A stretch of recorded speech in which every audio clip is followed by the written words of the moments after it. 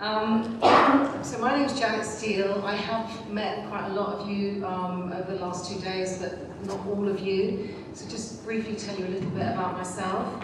I work for Commonwealth Writers, which is the cultural initiative of the Commonwealth Foundation. And the Foundation is an international intergovernmental development organisation.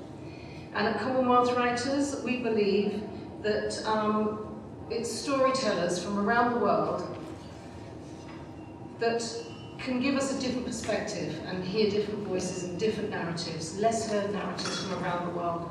And we put these narratives on different types of platforms. We have online platforms called ADA, we also do publications, we do films, we do radio programs, so there's a mixture of different platforms that we give to our writers to tell their stories. And over the past 2 days of this conference, we've had academics, historians, and writers that have come together from around the world. But for me, it's been the personal stories that have given us the greatest insight into the lives of the indentured labourers and their descendants. And this is what I believe, that through fiction, we get new histories, and it shines a new light on the phenomenon. These aren't my words, I picked these words up yesterday, but I quite like them, so I'm stealing them. On the phenomenon of the invisible women and their history of immigration, which I think is really powerful. So I'm using that. So today, this evening, I'm really delighted that we've got 3 fantastic writers from around the Caribbean who have, no, Mauritius, sorry. It's been Caribbean, sorry. We were also supposed to have a writer from South Africa joining us, but unfortunately she couldn't be here tonight, but we will be hearing some of her words read by Agnes Sam. So she's a wonderful writer as well.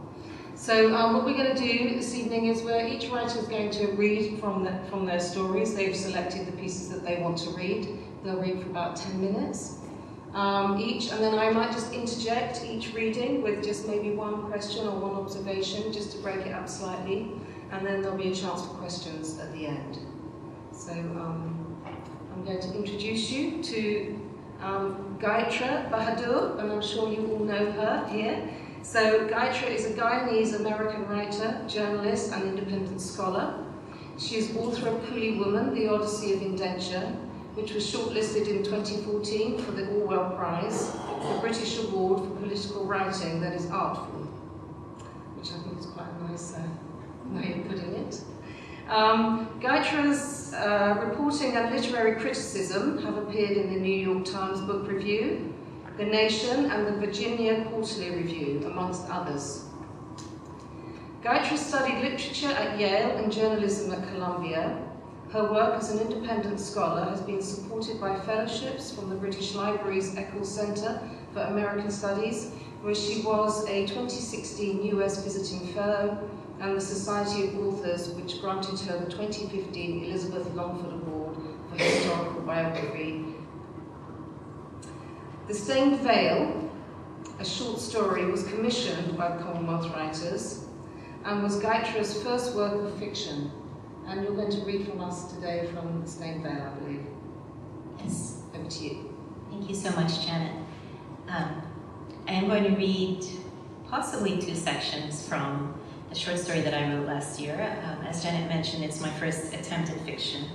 And I want to thank the Commonwealth Writers Foundation for asking me to write it and for hosting us here tonight. The Stained Veil is a short story about a folk song on one level. It's also a short story about leaving home in 3 distinct ways. A bride leaves home, her father's for her husband's. The couple together, they leave their country, and in the United States, the husband dies going to the home of the next world. And that's where I'll begin, with the husband's funeral in Connecticut and his widow in flashback. In the car, on the way back to the house, she told her son-in-law how pleased she was with the memorial service. So many people had come from so far away, and once she reprimanded their eldest daughter, who didn't want to deliver a eulogy. The young woman had complied, finding between grief and shyness a few words of strangled tribute. Her granddaughter had done her duty as the firstborn, and this had satisfied Rani's sense of dharma. If the girl had not found her voice, Ramchand would not have liked it. After this terse expression of approval, Rani retreated back into herself, humming. She looked out the window, beyond the narrow streets and the row of houses leaning together for support, beyond the squat city of ruined factories and empty warehouses, where they had spent the last 20 years, their American years. The song she was humming took her back to a place where she could be alone with the task of remembering Ramchand. The turning point in their marriage had happened before they emigrated. While at first he could not ration his glasses of rum, in later days he was frugal to a fault, counting closely the coins he earned as a shopkeeper, as well as the affection he gave as a husband. Ramchand had gone from excess to austerity, and each had been cruel in its own way. As a young man, he had been fond of racehorses and drink. Sometimes he lost himself in it so deeply, he threatened violence. On too many afternoons, dread was coiled in their house on Cloud 9 Avenue, like a cobra that had somehow stolen in. To keep him from the rum shop, their eldest daughter would lock herself in their bedroom with his clothes. When he was 41, he quit drinking. Yet the attention he paid Rani was no less measured out. He transferred his fervor from the bottle to Hinduism, clasped his faith with the same desperate logic and need for solace as his daughter used to clasp his clothes behind a barred bedroom door. From the moment that Ramchand found the gods, for the rest of his life, he would be their devotee, just as Rani was and would continue to be his. She had spent almost all of her own life by his side. All her years, except the first 16, had belonged to Ramchand, to his shop, to his children, the 3 who survived and the 4 who didn't. Grief would collect beneath her bones in layers, a still but gestating thing, gathering and sedimenting with each infant's loss. This kind of mourning, this slow and silent unbecoming, wasn't one she could ever have imagined in her first 16 years.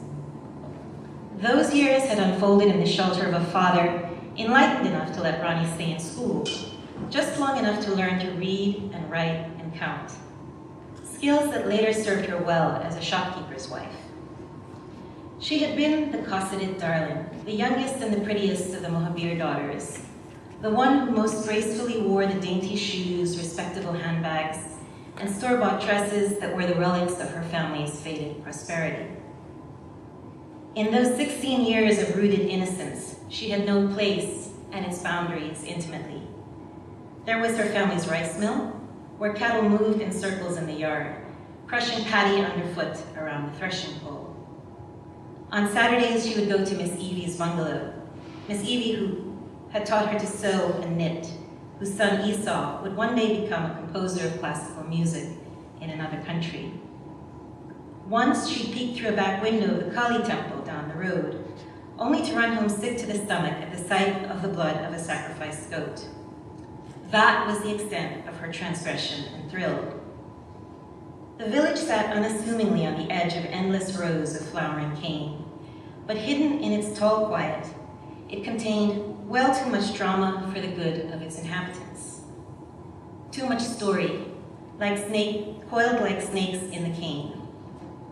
Her father used to say in rounded and swaying dialect, while observing his girls in some fracas, some private disagreement that had embroiled them. I get too much a story with yourself. That's what it was like in Lovely Lass. Rani crossed the boundaries of this world for the first time when she married Ramchand. Wim, his village, was a half-day's journey from hers, near the next big sugar estate down the coast. Her father had chosen for her a young man from a devout family, high caste but humble before God.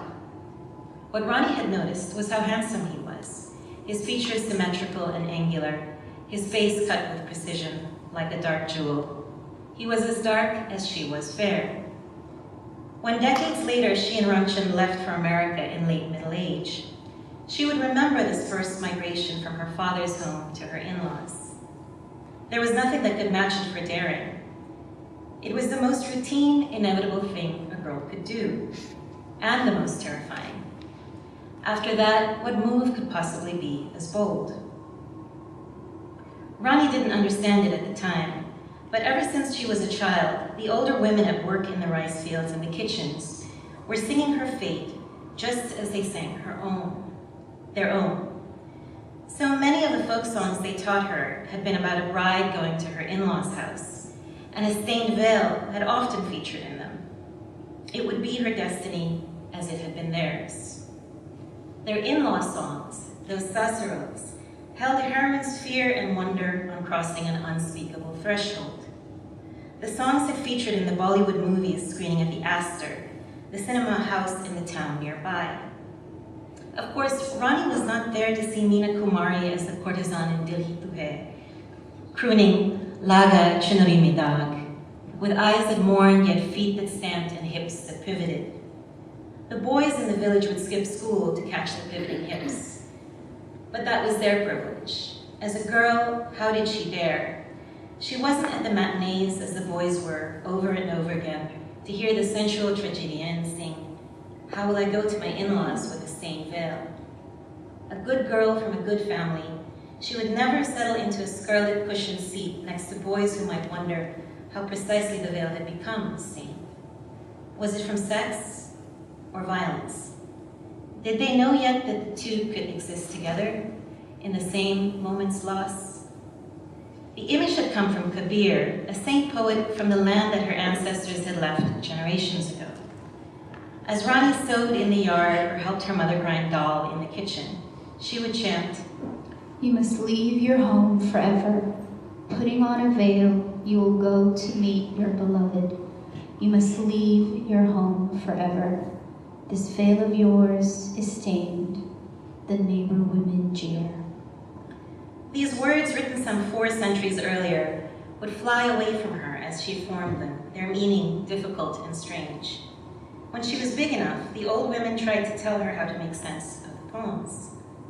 "Imagine the Father's house as the world we know, the earth," they said, "and trust that the husband's house is a higher reality, the mystical." Trust was their instruction and refrain. When you go to your marriage bed, they explained, the stain will be the spot that proves you're pure. But know also what Kabir knew, that the besmirched veil is the physical world, the impure body that we must all cast off in death. Ronnie was perplexed. Kabir didn't seem to know the difference between a dirge and a bride's ballad. Did death and marriage call for the same song? Ronnie might have been forgiven for wondering as she sang, "You will never escape this body's betrayal, wrinkling and bunching with time. You must leave your home forever." Kabir says, when you seek to understand, you will always fail. Kabir says, any song your body sings is a death song. What bride wears her veil in the presence of her beloved? Cast it off. You must leave your home, for your real home. Thanks to my friend Grace for collaborating in this.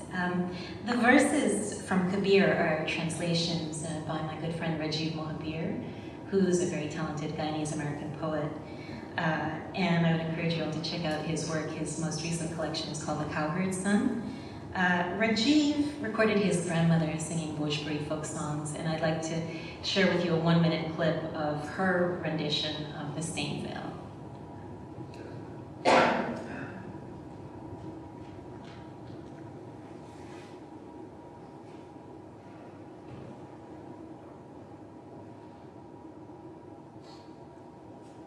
के रोवे पिया के घरे जाना काहे के रोवे हे दुल्हन रोवे पिया के घरे जाना पिया के घरे जाना पिया के घरे जाना हे दुल्हन रोवे पिया के घरे जाना हे सासू मरे मारे ननद गरिया वे सासू मरे मारे ननद गरिया वे सैया मारे गले में बनी डाल के सैया मारे गले में बनी डाल के कैसे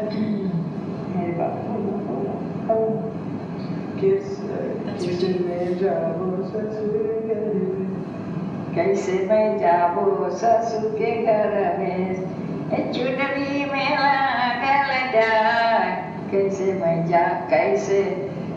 छिपाओ कैसे मैं you come in here with park your dog. I do have a 5-minute second section, but I don't want to take up too much time.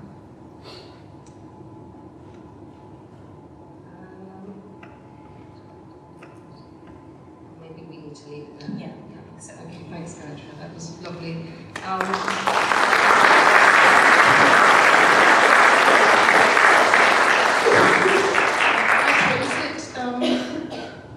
This short story is going to be published, is that right? Well, it was published by Anna, Yeah. Literary Magazine of the Commonwealth Writers Yeah. Foundation, and it will be in 2 anthologies. One out next year from Feminist Press in New York called Go Home, and it's a collection of Asian American diasporic writing around the theme of home. And it's also going to be out in an anthology in 2019 from Red Hen Press, based in California. I think it's called the Contemporary, or the Anthology of Contemporary Indian Writing. That's fantastic, so congratulations. It's very surprising. It's wonderful. I think it's really interesting how the story sort of travelled, you know, how it was on an online platform first, and then it's taken and it's put in another anthology, and then it's taken and put in another. I love the fact that it's having this journey. I think it's absolutely brilliant. So well done. Now, I'd like to introduce you all to Lakshmi Prasad. And Lakshmi was born in a small village of Stretton Lodge in rural, am I going to say this right? Tunapuna? In Trinidad. I believe it's not called Stretton Lodge anymore. Is it called something else now? It's called Paget, P-A-S-E-A. Paget, okay. At 18, she left to study for a BA at Queen's University, Belfast, and a postgraduate diploma in education at Reading University. After teaching for several years in the Caribbean, Lakshmi obtained her doctorate in geography at Queen's University, Belfast. After leaving teaching, she became a freelance journalist. Since 1970, Lakshmi has lived mainly in the UK. Butterfly in the Wind began its life in the mid-1980s and was published by People Tree in 1990. It deals in an imaginatively autobiographical way with the first 18 years of her life. And Lakshmi, you're going to start by reading? Yes, I will. Okay. Thank you very much.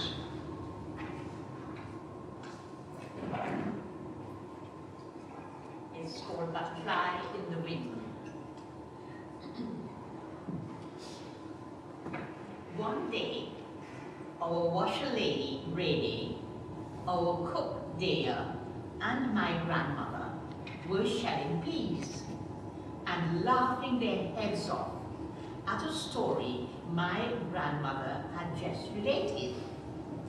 It was not meant for my heirs, but in a house where all the windows and doors are open, and where hens and ducks, ducklings and chicks walk in and out, the spoken word also moves free.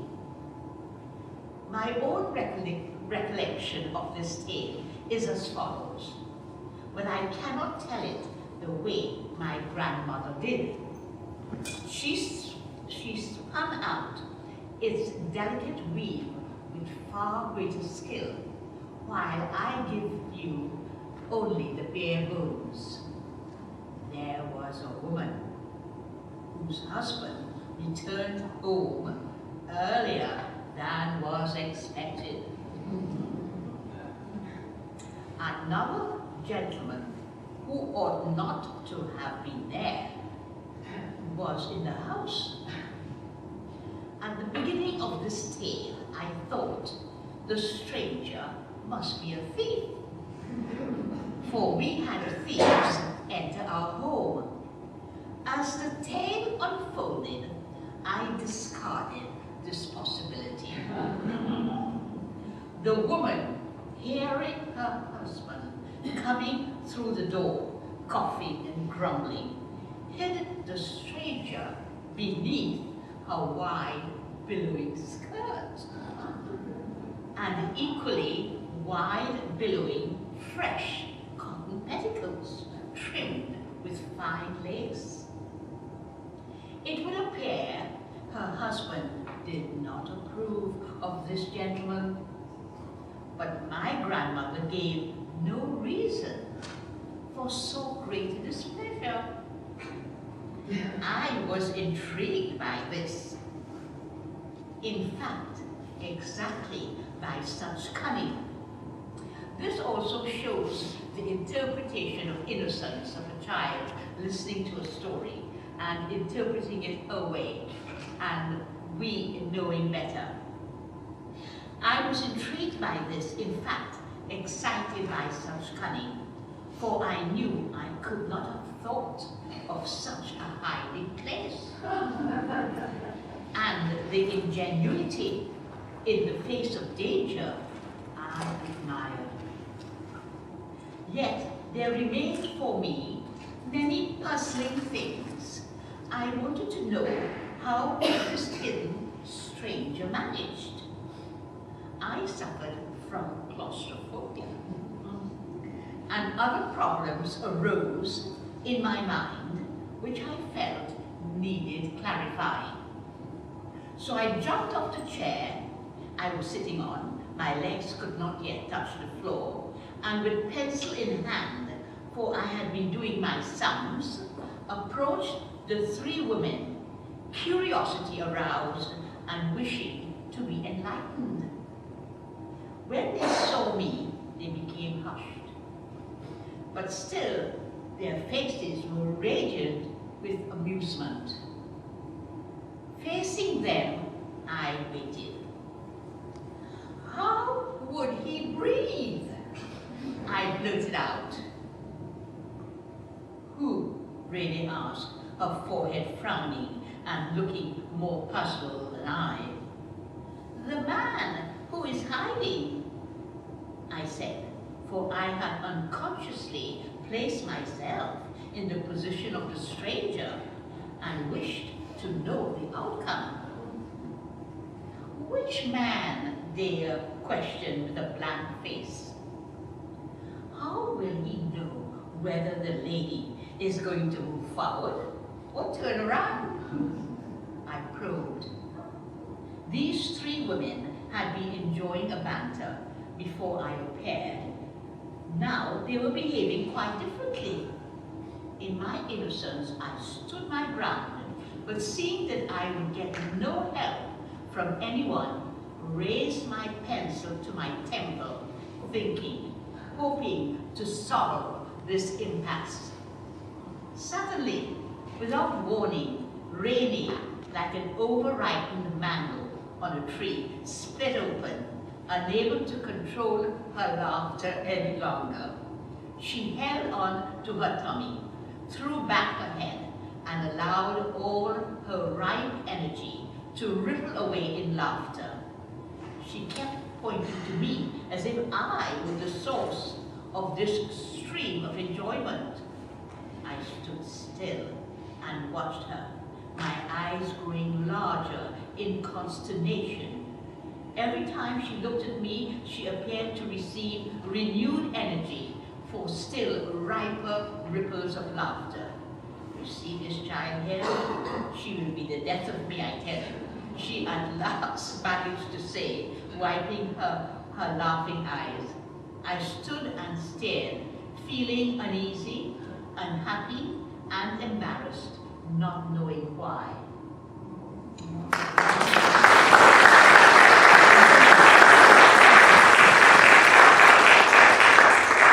Lakshmi, did you want to read a bit from your second?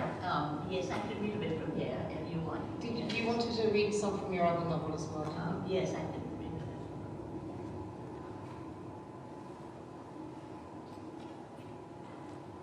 bit. This is parents and teachers meeting. So the parent and the teacher is now speaking to the parent. Oh yes, there is this other matter. I'm not sure how I should put this, says the teacher. No offense is meant, Mrs. Vidor. What I'm about to say is simply an observation. As you know, we at St. Hilda's would like to bring to the attention of parents what we believe should concern them.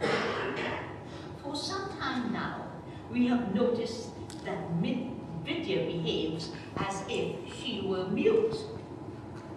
Mute? Miss Matthew, did you say mute? Yes. She's not mute at home. She has never been mute. Are you sure you're referring to Vidya Vidur and not another Vidya perhaps? It can so easily be done. Oh, of that there is no doubt. We are aware that she isn't in the way you're thinking.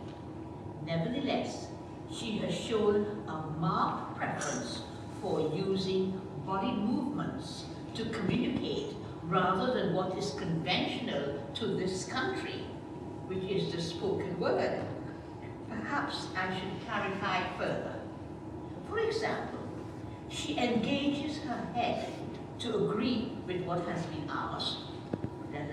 That is not all. She also uses the head if she does not wish to accept a proposal. A member of staff has brought a likely explanation to my attention. It is Indian dance. It could easily be the villain of the piece. Indian dance? Yes, Mrs. Vidur, I speak of Indian dance. Does she participate in Indian dance?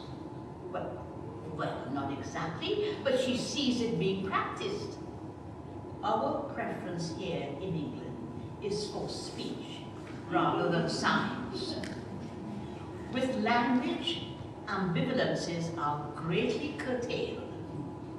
Multiculturalism is all very well, Mrs. Vidur, though I cannot help but get the impression that multiculturalism is about the sensitivities of others, their ways of communicating. Quite often, it does not include the English language. I am baffled, Miss Matthew. I'm pleased to hear this, for so are we. However, rest assured, we have observed that she has not yet begun to use eye movements. As well, our member of staff has suggested eye movement may soon follow. It is why we are alerting you early. I gather it plays a crucial part in Indian dance. Perhaps Vidya should stay away from such influences for a while at least, until she's at ease with our ways of responding. Let me assure you that we have nothing against multiculturalism. Although my view is that one should not indulge in it. At such an early age, it cannot but lead to muddle.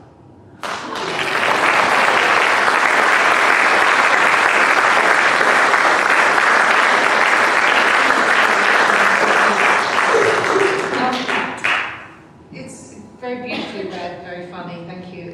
So it's really interesting because Butterfly in the Wind, which was the first piece that you read from, this was my first novel. It was your first novel, and it was semi-autobiographical or autobiographical, Yes. memoir, yeah. So it's like a cross, well, it's memoir, it's fiction, it's a bit of non-fiction. Yes. Can you talk slightly about how you approached?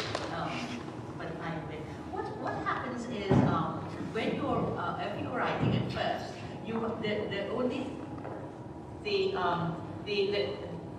is that better? When you're writing at first, what you have to turn to is yourself. Is what you have experienced, and that is what all ghostwriters do. But if you decided to write, because when I began Butterfly in the Wind, I had not seen it as a novel. I just saw it as writing my younger life, what it was like. So Butterfly in the Wind is really a sort of not wholly, I should say, autobiographical, but it helps the story. Thank you so much. Now, as I said earlier, Agnes couldn't be with us today from South Africa, so we've asked Shelley King to come in and read for us from one of her short stories, which is Jesus Was an Indian. So Shelley, thank you so much.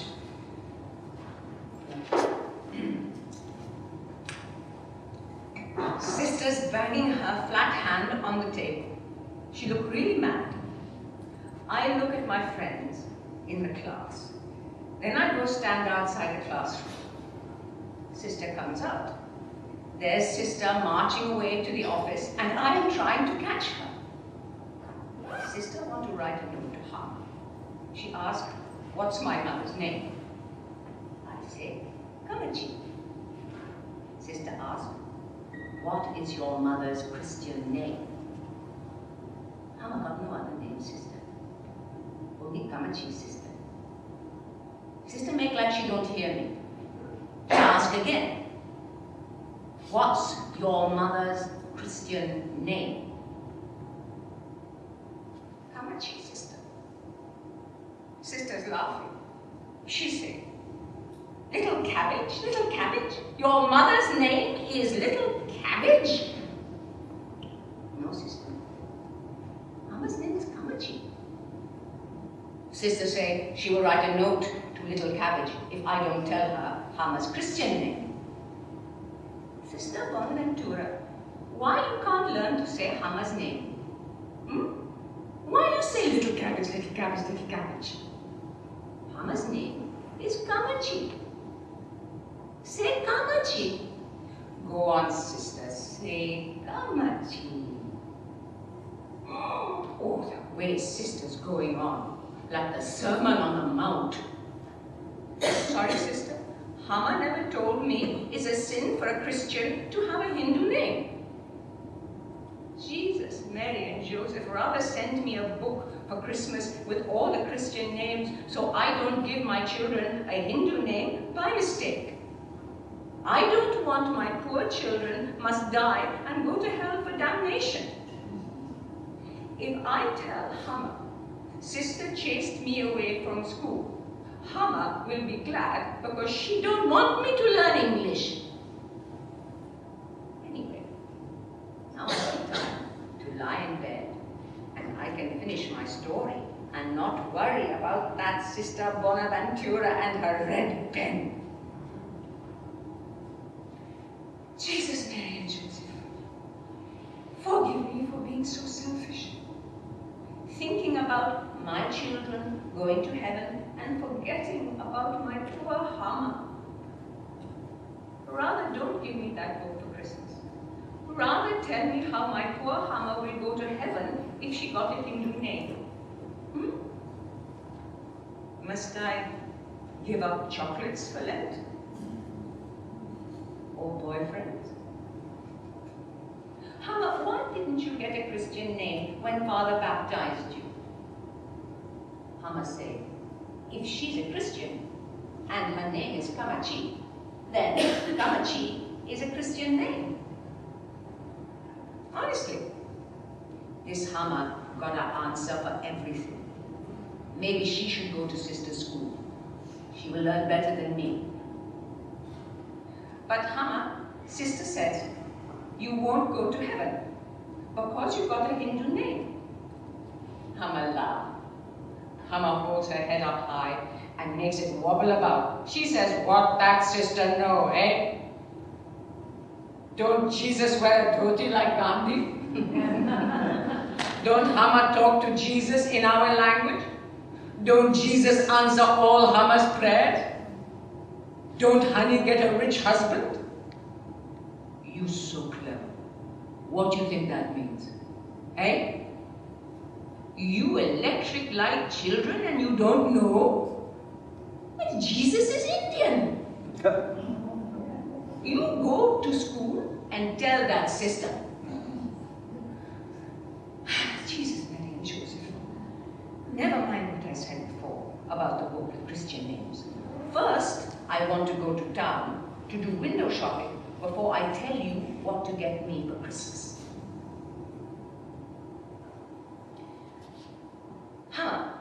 Never get that letter from sister. So I go to school to say I'm sorry. For 3 days, sister don't want me to come into the class. So I stand by the door all day. On the 3rd day, sisters say I can come inside. Now sisters come to mark my story to see if I take out the boyfriend. But I left the boyfriend in, because the boyfriend is going to marry honey. Then sister asked me in front of the whole class what this Indian word is doing in my English story. Every page had this Indian word 2 or 3 times even. Sister says, I'm stubborn like a mule. So I stand up in front of the whole class and I tell sister, I'm never going to call Hama mother, even when I'm writing English in my book. Sister can say mother for sister's mother. I say Hama for my Hama, because Hama say Jesus is Indian. Because Jesus wear a dhoti and Jesus can understand our language. I know the busybody is going to hear about this and say I got no respect for a holy servant of God. And I am waiting for sister to send me home again. And then sister say, all right, Angelina. And everyone is turning to look at me. And now I'm swinging my page boy haircut and pulling in my stomach and pushing out my chest when I walk home from school.